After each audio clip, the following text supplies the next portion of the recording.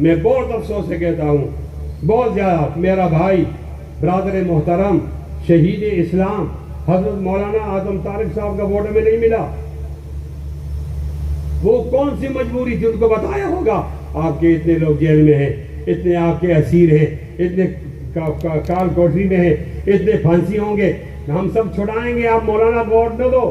اس نے تو اس نیت سے نہیں کیا ہوا کہ میرا کارکن چھوٹ جائیں گے، لیکن تم نے پھر بھی دھوکہ کیا اس سے۔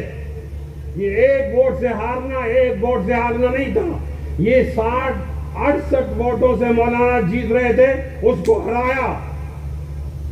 آج مجھے بتا دیا جائے کہ مولانا صاحب کیوں وزیر اعظم کے لیے قابل قبول نہیں ہے، مولانا مفتی محمود کیوں قابل قبول نہیں تھے۔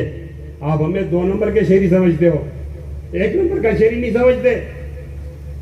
یاد رکھو، اس ملک میں اگر انقلاب آئے گا تو انہی ذریعے سے آئے گا جس کو داڑھی اور پگڑی والے کہتے ہو، اور انشاءاللہ ضرور آئے گا انشاءاللہ۔